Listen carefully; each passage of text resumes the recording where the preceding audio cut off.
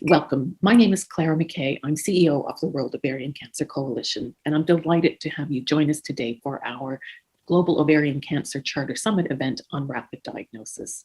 So today we're going to look at the factors that result in delays in women being diagnosed with ovarian cancer rapidly, but we're also going to look at some of the activities that we know are being undertaken to address some of those delays.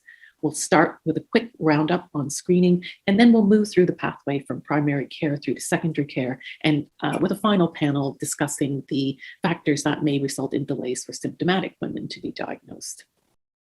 So we're going to start with a summary of the findings of the Every Woman study, a report that draws on the experiences of over 1,500 women from 44 different countries. Most of the women who responded to the survey were diagnosed with advanced disease, and 9 in 10 reported on average 4 key symptoms prior to diagnosis. That was true for stages 1, 2, and 3, with a slight increase for stage 4. The green bars show the proportion of women who had symptoms at each stage. This graph shows the difference between countries in time from experiencing symptoms to point of diagnosis. The dark teal represents the time from symptoms starting until women sought help, with the average being 11 weeks.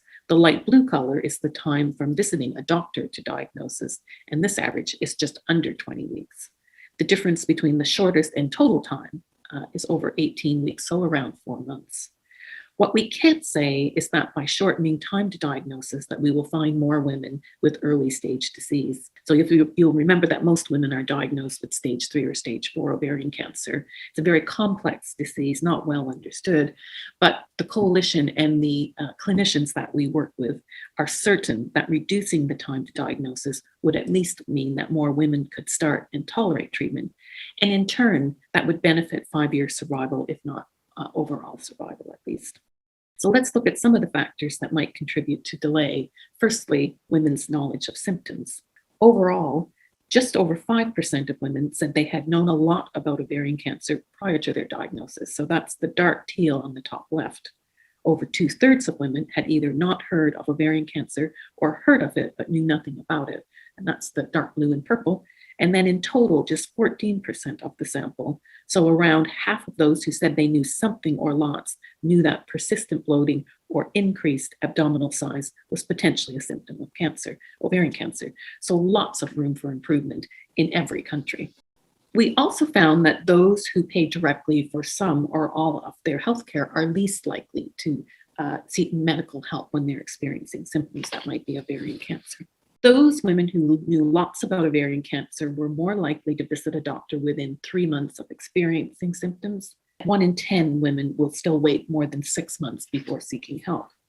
And finally, and I think significantly, those women who knew most about ovarian cancer were more likely to be diagnosed within 1 month of seeking help.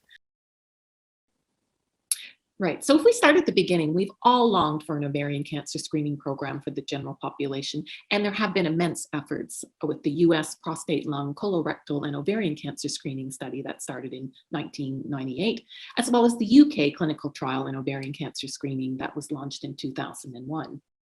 So while in 2014, the UK study showed that there were more cases of stage 1 and stage 2 ovarian cancer detected, unfortunately, there was no evidence of reduction in mortality. But 7 years on from that study, where are we now? Have we made any progress in detecting pre-symptomatic disease and reducing death? So we're going to turn over to Frances Reid, our program director, with this report on where we are with screening. It was so disappointing for many when these huge trials didn't show any benefit in reducing deaths. The UK study did, however, show just a little benefit, but not one that was statistically significant.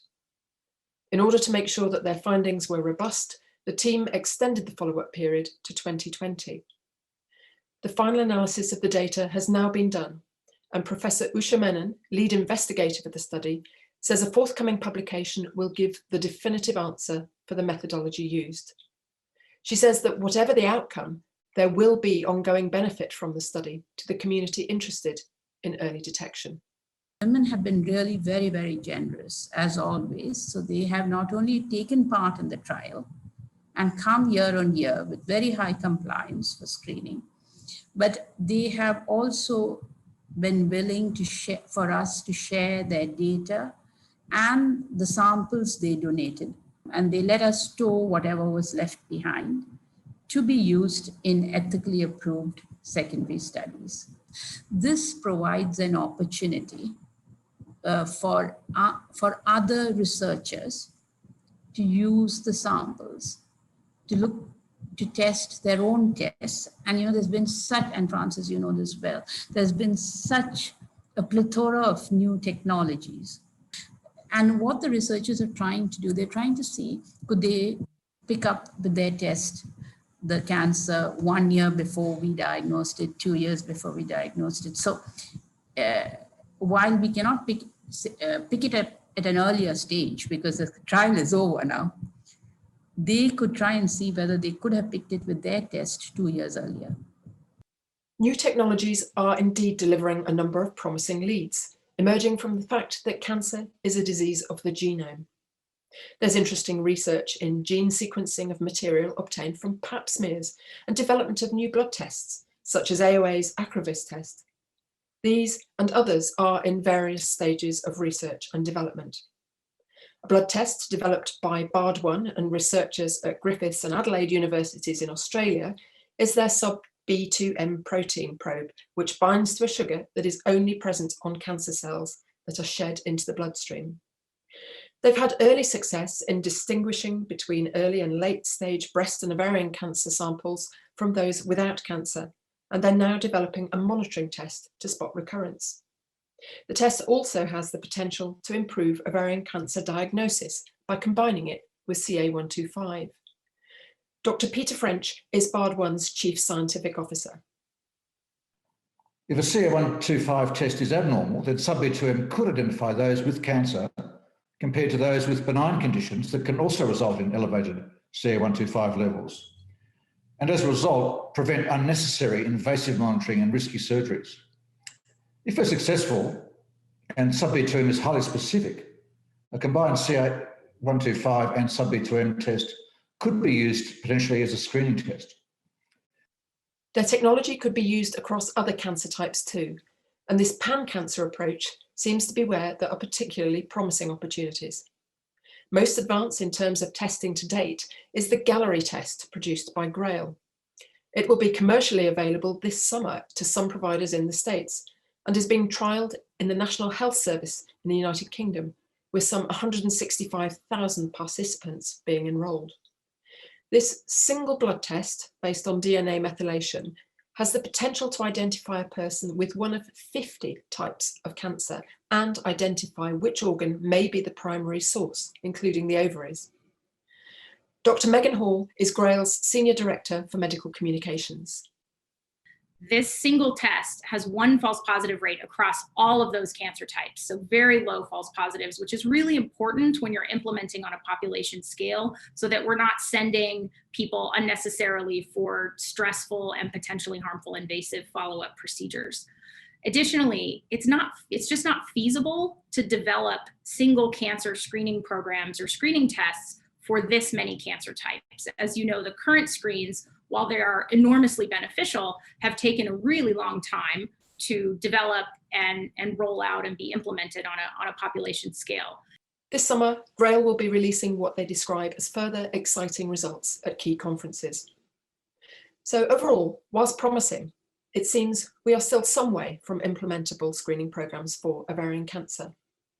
But Professor Usha Menon is positive about these types of new development, with the caveat that there is always a balance to be achieved.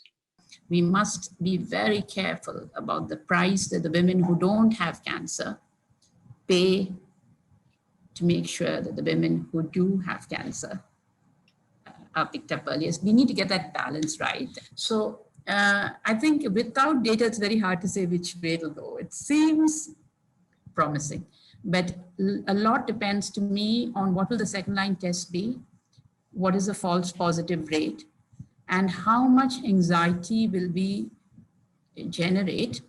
The thing, of course, it will generate anxiety, but how fast, we can't generate anxiety and then have a 2-month, 3-month waiting list for the PET scan. So it's all about, screening is a mixture of logistics as well as cutting edge technology.